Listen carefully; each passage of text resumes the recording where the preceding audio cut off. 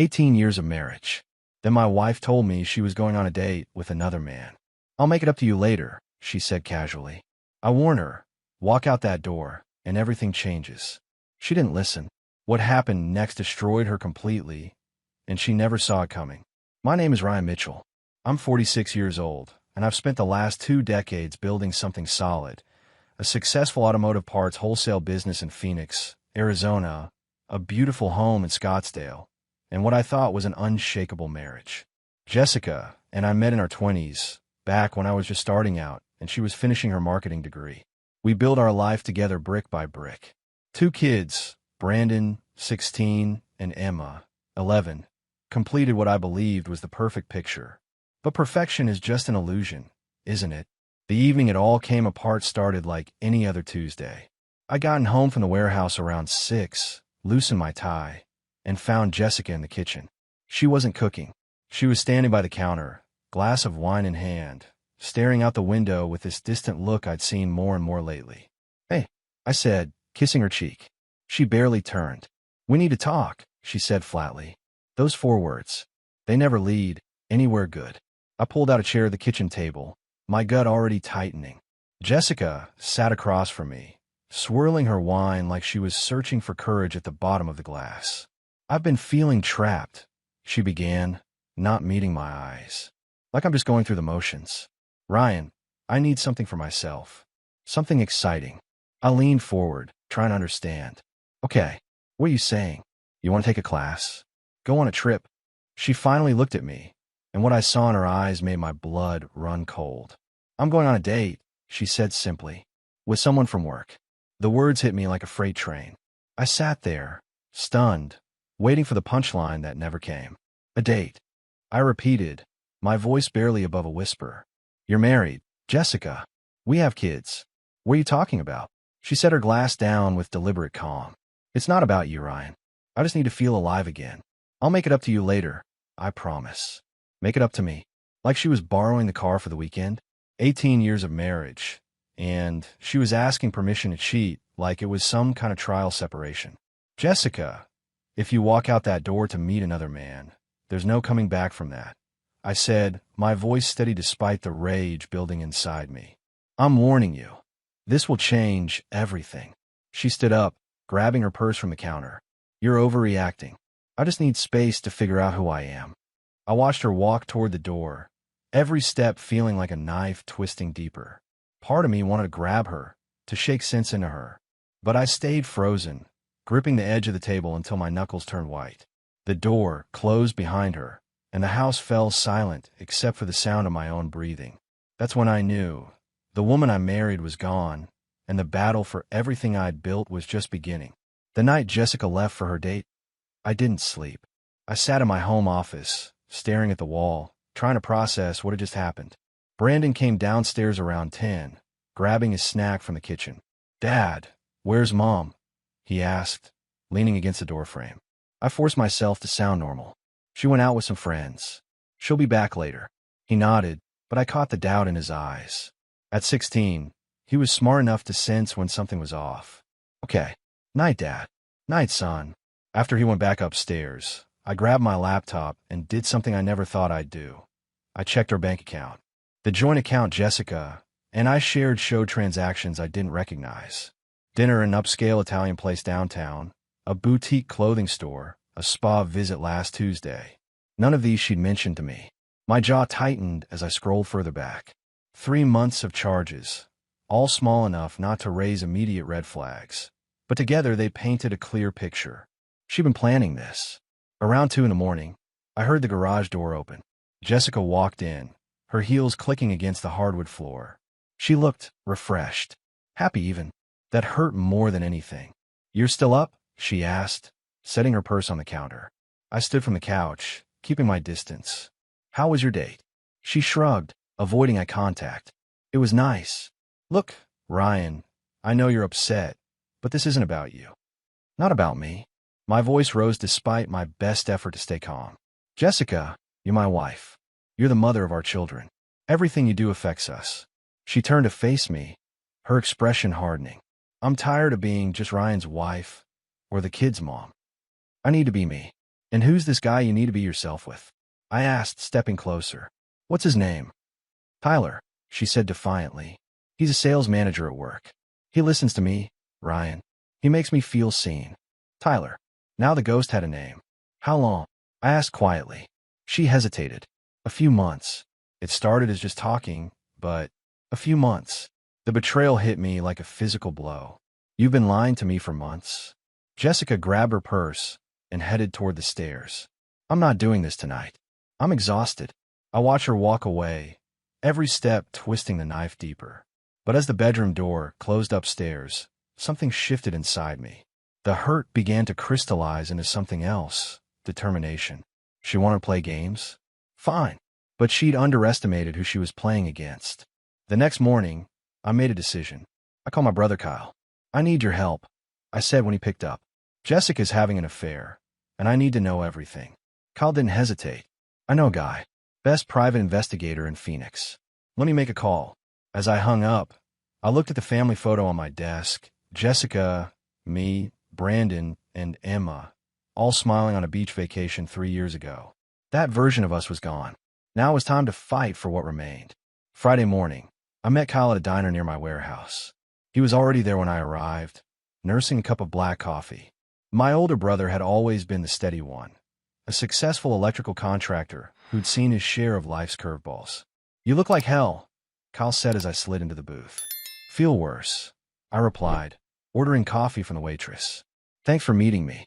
Kyle leaned forward, his expression serious. Tell me everything. I laid it all out, Jessica's announcement, the date, the bank statements, Tyler Brooks. With each detail, Kyle's jaw tightened. 18 years, he said, shaking his head. And she just throws it away for some punk at her office? Apparently. I stir my coffee, the exhaustion weighing on me. I need to know what I'm dealing with, Kyle. Is this just some emotional affair, or has it gone further? Kyle pulled out his phone. I called Greg Whitaker this morning. Best PI in the business. He's expensive, but he's worth every penny. Did surveillance work for one of my clients going through a nasty divorce. The guy's a bloodhound. He texted me Greg's number. Call him today. The sooner you know what you're up against, the sooner you can protect yourself and the kids. What about Jessica? I asked. Part of me still wants to fix this. Kyle's expression hardened. Ryan, listen to me. The woman you married wouldn't have done this. Whatever Jessica's become, she's not thinking about you or those kids. You need to accept that and start protecting what matters. His words stung because they were true. There's something else, Kyle continued. You need to see a lawyer. Even if you're not ready to file, you need to know your options. Amanda Foster, she handled my buddy's custody case. Tough as nails and doesn't take prisoners. I nodded, feeling the weight of reality settling in.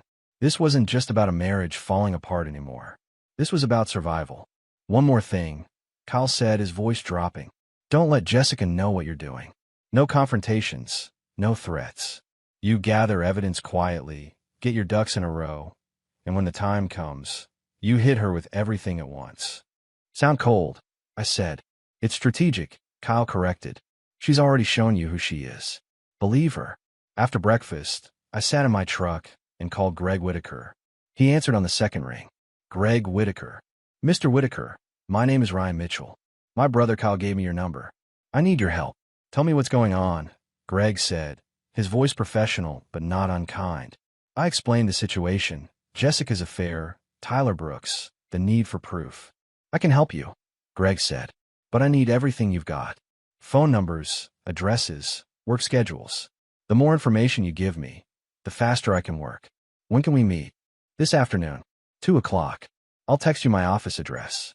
As I drove to the warehouse, something shifted inside me. The hurt was still there, but underneath it was something harder, sharper, a determination to protect my kids and everything I'd built. Jessica wanted to play games. She was about to learn I didn't play to lose. Greg Whitaker's office was tucked into a nondescript building in downtown Phoenix. Nothing fancy, just functional, which told me he spent his money on results, not appearances. The man himself was in his late 50s, gray hair cropped short, wearing jeans and a polo shirt. Former military, I guess from his posture. Ryan Mitchell, he asked, extending a hand. That's me, I said, shaking it. His grip was firm, confident. Have a seat, Greg said, gesturing to a chair across from his desk. Kyle speaks highly of you. Says you're in a tough spot. I handed him a folder I'd prepared, printed bank statements, Jessica's work schedule, Tyler Brooks's information I'd found on LinkedIn, and screenshots of suspicious charges. Greg flipped through the documents, his expression unreadable. After a few minutes, he looked up. Your wife's not being subtle, he said. That's good for us. Makes my job easier. You want to know if this Tyler character is the only one? The question hit me like a punch. You think there might be others? In my experience, when someone's willing to throw away an 18-year marriage this casually, it's usually not their first rodeo, Greg said bluntly. But we'll find out. I'll surveil her, track her movements, document everything. Photos, videos, the works. My stomach churned at the thought, but I nodded. How long? Give me a week. Maybe 2 if she's careful. But from what you're showing me, she's not trying too hard to hide it. Greg leaned back in his chair. I have to ask, are you prepared for what I might find? I thought about Brandon and Emma, about the house we'd built together, about 18 years of memories that now felt tainted. I need to know the truth, I said firmly. Whatever it is. Fair enough. Greg pulled out a contract. My retainer is $5,000. I charge $200 an hour plus expenses. Everything I find is admissible in court, photographed, documented. You'll get a full report. I didn't hesitate. I pulled out my checkbook and wrote the amount. This wasn't about the money anymore. One more thing, Greg said as I stood to leave. Don't change your behavior around your wife. Act normal. Don't let on that you suspect anything beyond what she's already admitted.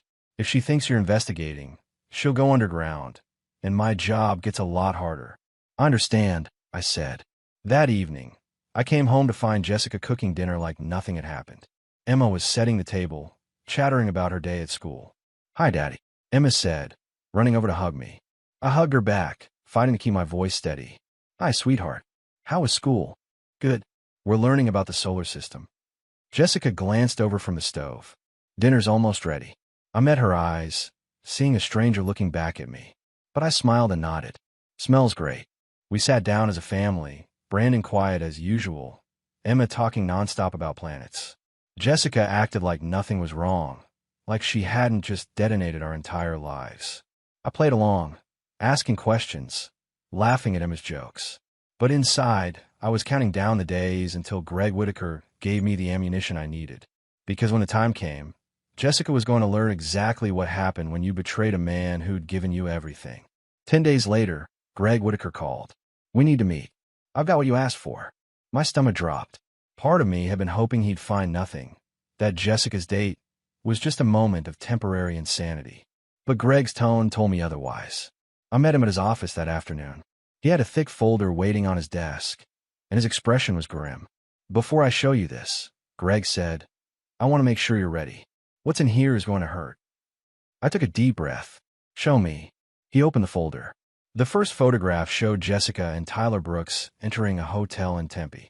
The timestamp read 3 days ago, 2:17 p.m.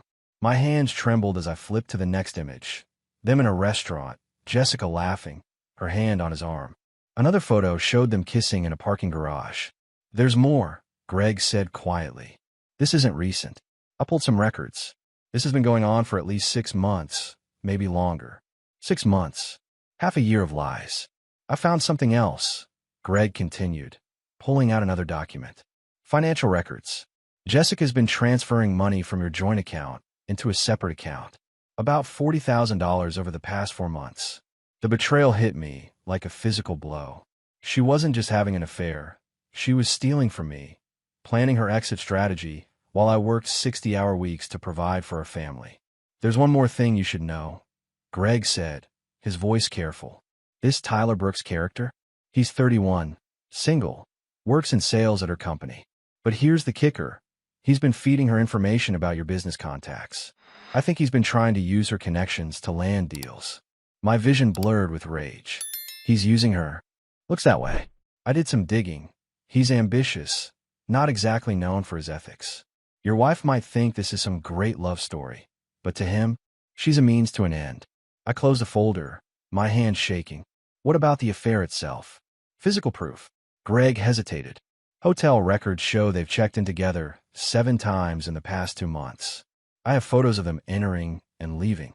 Can't get pictures of what happens inside, but the circumstantial evidence is overwhelming. I stood abruptly, needing to move, to do something with the fury building inside me. This whole time, I said, my voice rough, she's been playing the victim, acting like I'm the problem. People justify their actions however they need to, Greg said. But the facts don't lie. You've got everything you need for court: infidelity, financial misconduct, premeditation. Your lawyer's going to have a field day with this. I took the folder. Its weight's somehow heavier than it should be. Thank you, Greg. Ryan, he said as I reached the door. One more piece of advice. Don't confront her yet. Take this to your lawyer first. Let her build your case. Emotion makes people stupid, and you need to be smart right now. I nodded, though every fiber of my being wanted to drive home and throw those photos in Jessica's face. Instead, I sat in my truck in a parking lot and called Amanda Foster. This is Amanda. Miss Foster, my name is Ryan Mitchell. I need a file for divorce. Amanda Foster's law office was in North Scottsdale, all glass and steel. Professional, intimidating, exactly what I needed. The woman herself was in her early 50s, dressed in a sharp navy suit, her gray-streaked hair pulled back in a neat bun. Mr. Mitchell, she said, shaking my hand firmly. Kyle spoke very highly of you. Have a seat. I sat across from her desk and slid Greg's folder across. This is what I'm dealing with. Amanda opened it, her expression remaining neutral as she reviewed the photographs, financial records, and surveillance reports. After several minutes, she looked up. Your wife's attorney is going to have a very bad day, she said, a hint of satisfaction in her voice. This is airtight. Infidelity, financial misconduct, and if you're interested in pursuing it, I can make a case for fraud. What about my kids? I asked. Brandon's 16, Emma's 11. I want primary custody. Amanda nodded, making notes. With this evidence, you've got a strong case. Your wife's behavior demonstrates poor judgment and a disregard for the family's well-being. We'll file for temporary custody immediately, along with an injunction preventing her from accessing joint accounts or making major financial decisions. How long does this take? If she contests it, could be 6 months to a year. But given what you've shown me, I don't think she'll have much ground to stand on. Amanda leaned back. Here's what we're going to do. We'll file this week. The sheriff will serve her papers, probably at work. It'll be public. It'll be humiliating. And that's the point. We want her to understand immediately that she's not in control anymore. Good, I said, my jaw tight. One thing you need to prepare for, Amanda continued, her tone serious. She's going to lash out. Women like your wife, when they realize they've been caught, they get desperate. She'll try to paint you as the villain. Abusive, controlling, whatever narrative she thinks will work. You need to document everything from this point forward. Every conversation, every text, every interaction. Understand. Do you have somewhere the kids can stay for a few days after she's served? Amanda asked. Things might get ugly. I thought of Kyle. My brother's place. They can stay there if needed. Good. Amanda stood, extending her hand. I'll have the papers drawn up by tomorrow. You're doing the right thing, Ryan. Your kids are lucky to have a father willing to fight for them. As I left her office, I felt something I hadn't felt in weeks, hope. Not for my marriage. That was dead and buried. But hope that I could salvage something from the wreckage, that Brandon and Emma would come through this okay. That evening, I sat Brandon down in my home office. At 16, he deserved to know what was coming. Dad, what's going on? He asked, sensing the gravity of the moment. I took a deep breath. Your mom and I are getting divorced. I'm filing papers this week. His face paled. Because of her date, so he'd known more than I thought. Yeah, buddy. That and a lot of other things. I'm fighting for custody of you and Emma. I need you to trust me. I'm doing this to protect you both. Brandon was quiet for a long moment. Then he looked up at me. Dad, I want to stay with you. Whatever happens, I want to stay with you. The words broke something inside me, but I held it together. I'm going to make sure you do. As he left, I stared at the family photo on my desk, the last remnant of a life that no longer existed. Tomorrow, the war would begin in earnest. And this time I was ready. The sheriff served Jessica at work on a Thursday afternoon. I wasn't there to see it, but Kyle's friend who worked in the same building told me. She walked out of her office white-faced, clutching the envelope like it might explode. She burst through our front door at 6 o'clock, papers in hand, her face twisted with rage. "What the hell is this?" Jessica shouted, throwing the divorce papers on the kitchen counter where I was helping Emma with homework. "Emma, go to your room, sweetheart," I said calmly. My daughter looked between us, fear in her eyes, but she obeyed. Once she was upstairs, I turned to face Jessica. "It's exactly what it says. I'm filing for divorce and primary custody. You can't do this." Her voice rose to a shriek. "You can't take my children from me." "I'm not taking them from you," I said, my voice level. "You abandoned them when you decided Tyler Brooks was more important than your family." Jessica's face flushed. "This is about control. You've always been controlling, Ryan. Always needing to know where I am, what I'm doing." I pulled out my phone and opened a folder of photographs Greg had provided. "This is about 18 years of marriage that you threw away for a 31-year-old who's using you for business connections. Did you really think Tyler cared about you? Or did you just not care that he was playing you?" Her eyes widened as she saw the photos. "You had me followed. You invaded my privacy. You stole $40,000 from our joint account," I said, my voice hardening. "You've been lying for 6 months. You don't get to talk to me about privacy." Jessica grabbed the counter, her defiance crumbling. "Ryan, please. We can fix this. I made a mistake, but we can work through it." "No," I said firmly. "You don't get to play the victim now. You made your choice. Now you live with the consequences." She tried a different approach, her voice softening. "Think about the kids. Brandon and Emma need their mother. Don't do this to them." "I'm thinking about the kids," I replied, "which is why I'm making sure they have one stable parent. You can have supervised visitation. The court will decide the rest." Jessica's expression shifted to something ugly. "You're going to regret this. I'll tell everyone what you've done. I'll make sure everyone knows what kind of man you really are." "Go ahead," I said, meeting her eyes. "I've got 18 years of being a good husband and father. You've got 6 months of hotel receipts and lies. See who people believe." She grabbed her purse and stormed toward the door, then turned back. "This isn't over, Ryan." "Yes, it is." After she left, Brandon came downstairs. He'd obviously been listening. "Dad, are we going to be okay?" he asked quietly. I put my arm around his shoulders. "Yes, son, we're going to be fine." 2 days after Jessica was served, she went nuclear on Facebook. I woke up Saturday morning to dozens of notifications, friends, colleagues, even clients messaging me about her post. I opened Facebook and felt my stomach drop. After 18 years of marriage, I've finally found the courage to speak my truth, Jessica had written. "I've endured years of emotional manipulation and control. My husband has isolated me from friends, monitored my every move, and made me feel like I was losing my mind. I stayed for my children, but I can't do it anymore. To anyone in a similar situation, you're not alone. #Speak Your Truth #Survivor Story.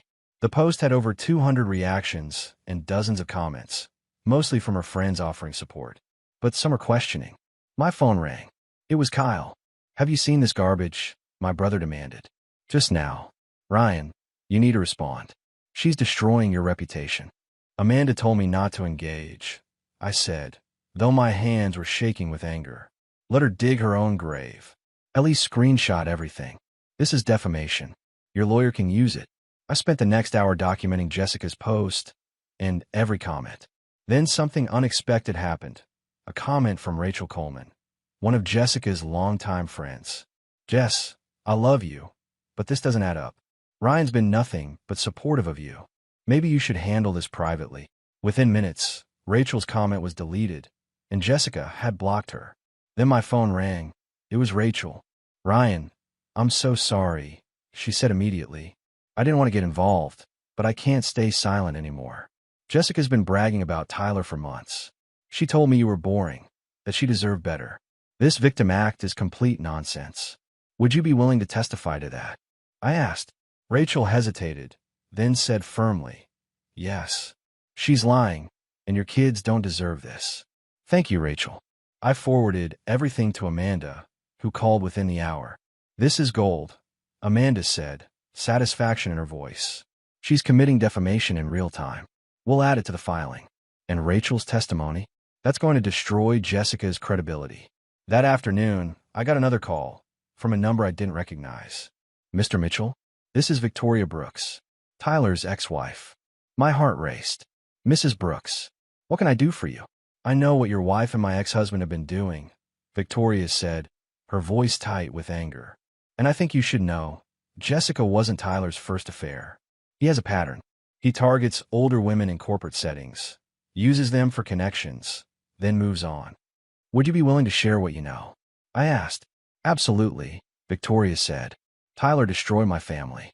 If I can help prevent him from doing the same to yours, I will. I have text messages, emails, everything.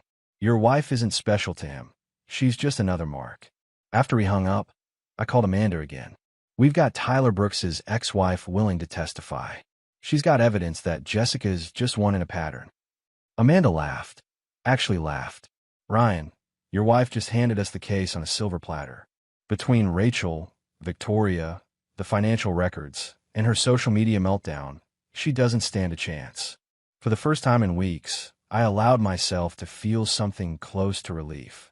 The courtroom was packed on the day of the final hearing. Jessica sat at the defendant's table with her attorney, a young guy who looked like he wished he was anywhere else. Amanda sat beside me, her folder thick with evidence, her expression confident. The judge, a woman in her 60s named Helen Rodriguez, reviewed the case file as we waited. Finally, she looked up.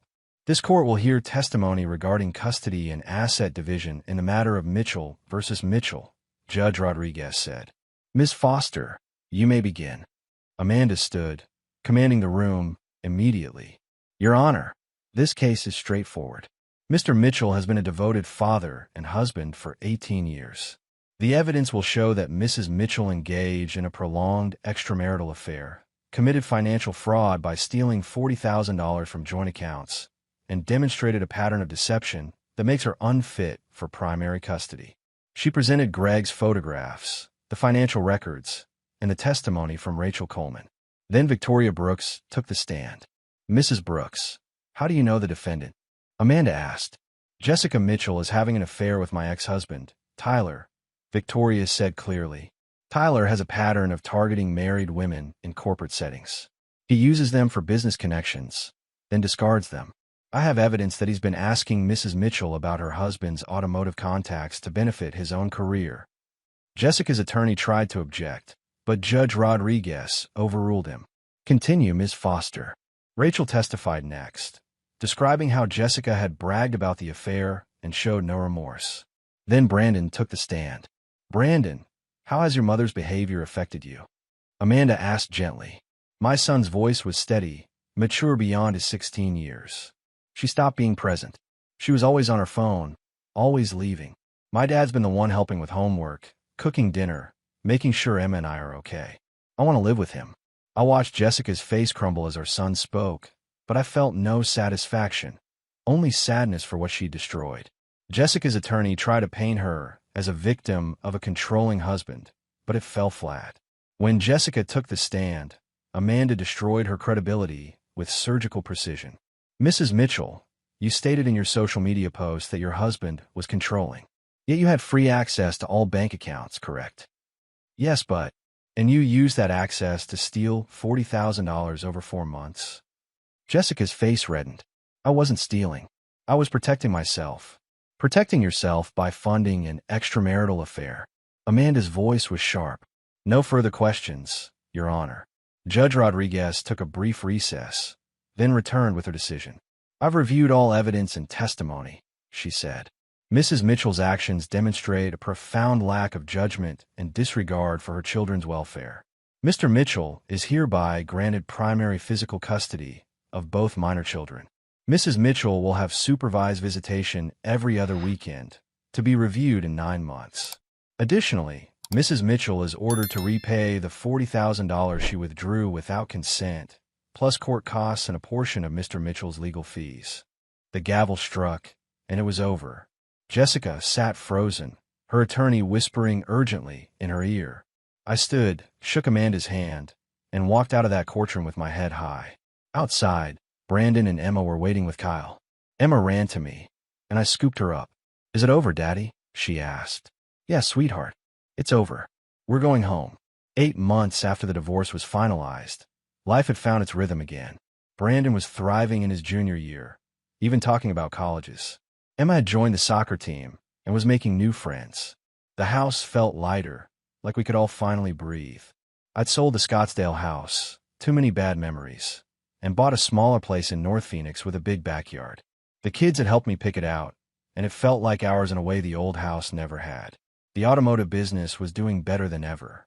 Turns out, when you're not emotionally destroyed by your spouse's betrayal, you can focus on work. I'd landed 2 major contracts and hired 3 new employees. Jessica's supervised visits were awkward at first. She'd show up looking diminished, quiet in a way she'd never been before. Tyler had dumped her 2 months after the divorce was final, exactly as Victoria had predicted. Apparently, once Jessica lost access to my business contacts, she was no longer useful to him. One Saturday afternoon, Jessica asked if she could talk to me after dropping Emma off. "What is it?" I asked, keeping my tone neutral. "I wanted to say I'm sorry," Jessica said, her eyes red. "For everything. I destroyed our family because I was selfish and stupid. I don't expect forgiveness, but I wanted you to know I regret it. All of it." I studied her for a long moment. The anger that had sustained me through the worst of it was gone, replaced by something closer to pity. "I appreciate you saying that," I said finally, "but it doesn't change anything. You made choices, and we all have to live with them." "I know," she whispered. "Can I ask one thing? Can I have more time with the kids? I want to rebuild those relationships." I thought about Brandon and Emma, about their right to have a relationship with their mother if she was willing to put in the work. If you can prove to the court that you're stable, job, therapy, no more Tyler or anyone like him, then we could talk about modifying the custody arrangement. But that's up to you to earn. Jessica nodded, tears streaming down her face. "Thank you, Ryan. I'll do better. I promise." As she left, I felt something unexpected. Hope. Not for us, but for her to become someone our kids could respect again. That evening, I barbecued in the backyard while Brandon played catch with Emma. Kyle stopped by with beer and his famous potato salad. "You look happy," my brother said, handing me a cold one. "I am," I replied, watching my kids laugh. "It took hell to get here, but yeah, I'm happy. You did good, little brother. You protected those kids and kept your dignity. That's what matters." Later, after everyone had gone to bed, I stood on the back porch looking at the stars. 18 years of my life had been built on a foundation that turned out to be sand. But from the wreckage, I'd built something stronger, a home where my kids felt safe, where honesty mattered, where we didn't have to walk on eggshells. Jessica had tried to destroy me, but she'd failed, because I'd learned something important through all of it. Strength isn't about never falling down. It's about getting back up, dusting yourself off, and fighting for what matters. And that's exactly what I'd done.